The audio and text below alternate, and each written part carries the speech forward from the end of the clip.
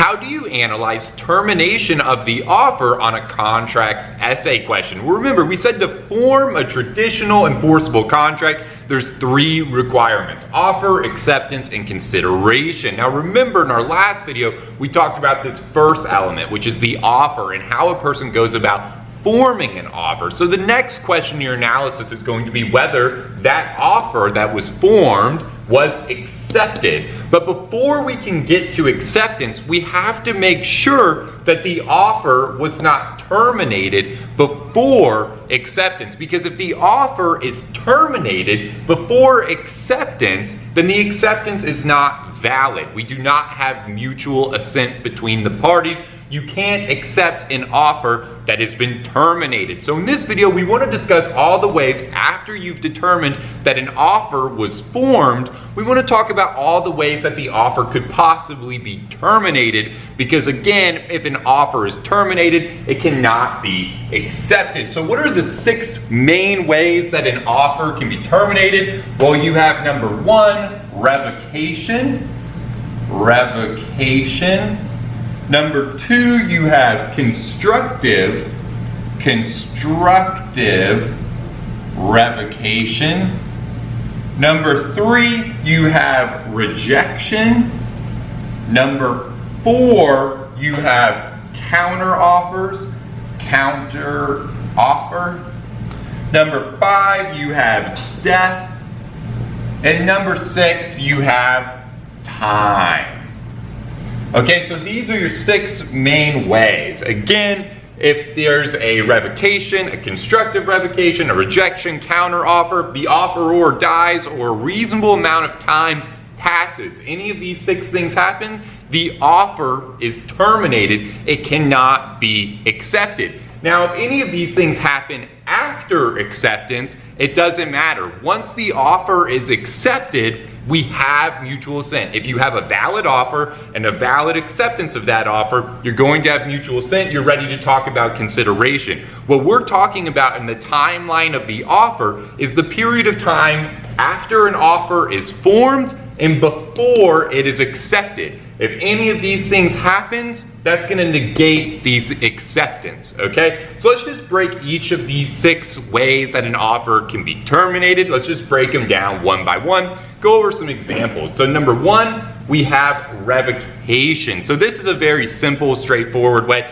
Imagine that I offer to sell you this marker for $5. I say, I offer to sell you my marker for $5. And then 1 second later, I say, you know what? I changed my mind, I revoke that offer. And then you say, I accept. After I've said I revoke, obviously that revocation terminates the offer. The moment that I expressly communicate my revocation to you, that offer is terminated. And once an offer is terminated, it cannot be accepted. So even though you said I accept, a second after my revocation, that acceptance is not going to be valid. Now, there are some types of offers that are not revocable. We call them irrevocable offers. Now, as a general rule, an offer is freely revocable at any time before acceptance. You're free to revoke almost any offer at any time before acceptance as you wish, as the offeror. But there are 4 types of offers that cannot be revoked. You have option contracts, firm offers under the UCC. You have unilateral contracts where performance has started, and detrimental reliance. In short, and I don't want to go into too much detail, an option contract would be a situation where somebody is actually paying to keep an option to purchase at a future date. So if I say, I offer to sell you this dry erase marker for $10, and I'll even, if you pay me an additional $5, I promise I won't sell this dry erase marker to anybody else for a week. So you can have a week to take your time and make a decision. If you're paying additional consideration for me to hold that offer open for you and not sell it, that's an option contract. I can't then go and revoke that offer. Similar to this, under the UCC, you have a firm offer where if there you have a merchant is someone who regularly deals with the goods involved in the contract, so like a business person.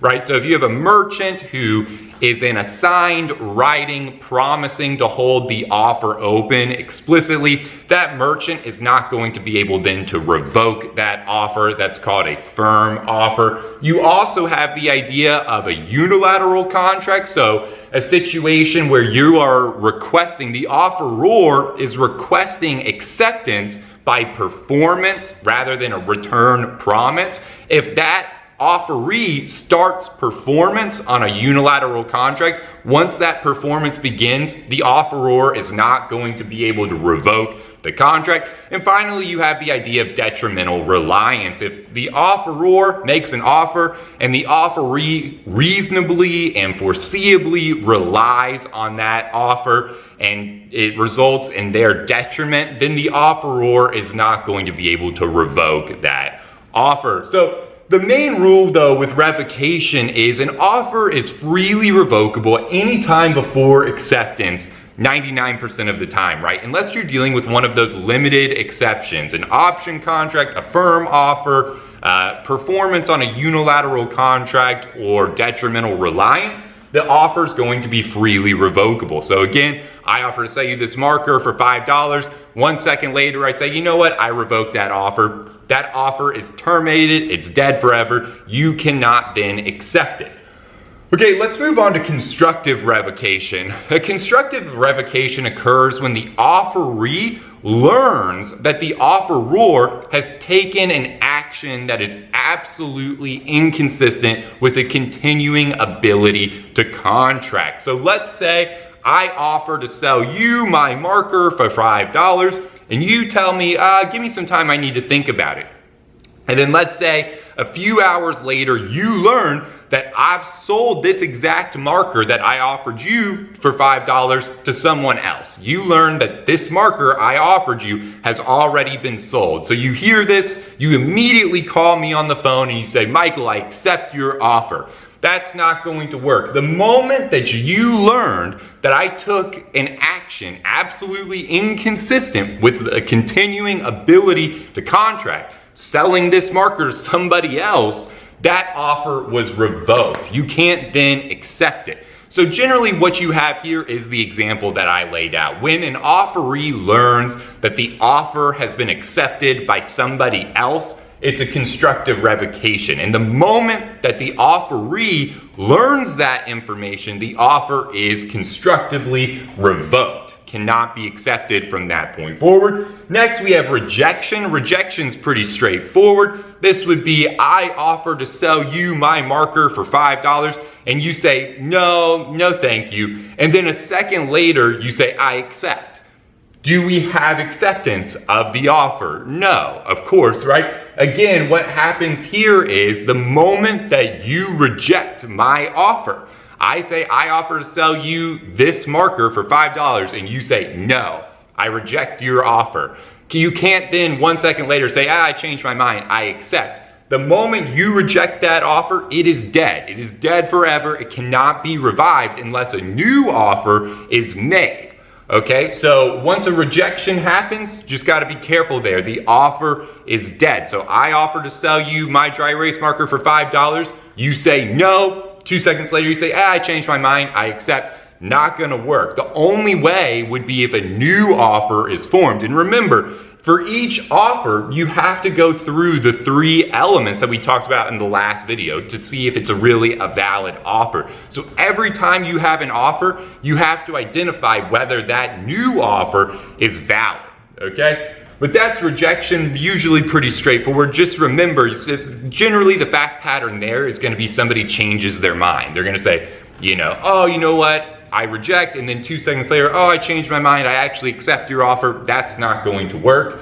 Number 4, the fourth way that an offer can be terminated before acceptance is going to be the counteroffer. So this is similar to rejection. I say, I offer to sell you this dry erase marker for $5, and you say, how about it's a deal if you agree to sell it to me for $3?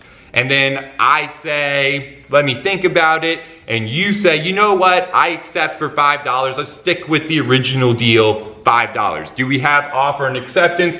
No. the moment you made a counteroffer, my original offer was terminated. Can't bring it back. It's dead. It can no longer be accepted. So I say I offer to sell you my dry erase marker for $5. You say it's a deal for $3. When you do that, you've now terminated my $5 offer. That offer is dead. Now it's up to me to decide what to do with the $3 offer you've made me. Effectively, you've terminated the offer and made a new offer, right? And I can either accept or reject, think about it, whatever I want. Now I'm in the driver's seat. But you can't then go back and say, you know what?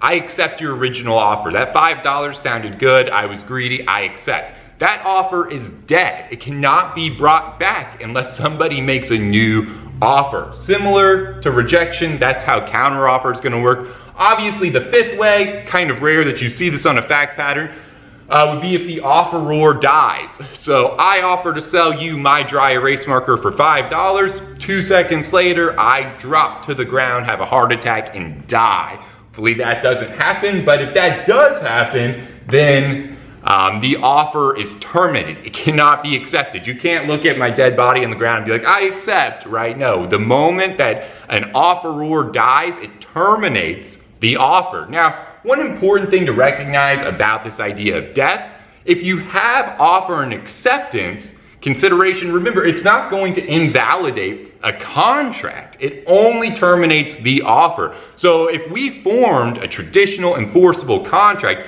and then I die, that doesn't kill the contract. That only applies to the offer. And I see that sometimes confused with students. If a contract has been formed, remember, that is a very different question than whether the offer has been formed. And that goes back to the idea of the timeline. The issue here that we're dealing with in the discussion of this video is only from the time that the offer is formed to the time it is accepted. Anything that happens after that, none of this stuff applies. We don't care about any of these 6 things. Once the offer has been accepted, none of this stuff matters anymore. So again, this only applies if I die. That will terminate the offer. It's not going to terminate a valid enforceable contract. Okay, and then finally, number 6, a reasonable amount of time passes. So I offer to sell you my dry erase marker for $5. You say, let me think about it. You call me 2 years later and say, Michael, I accept.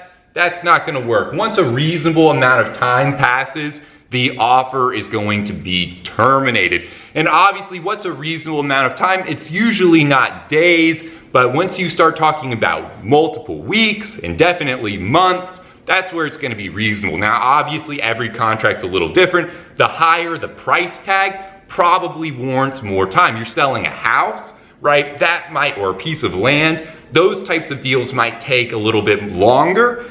What is considered reasonable under the circumstances is going to depend on the type of contract. Now, the sale of a $5 dry erase marker, right? What's a reasonable amount of time? Probably days.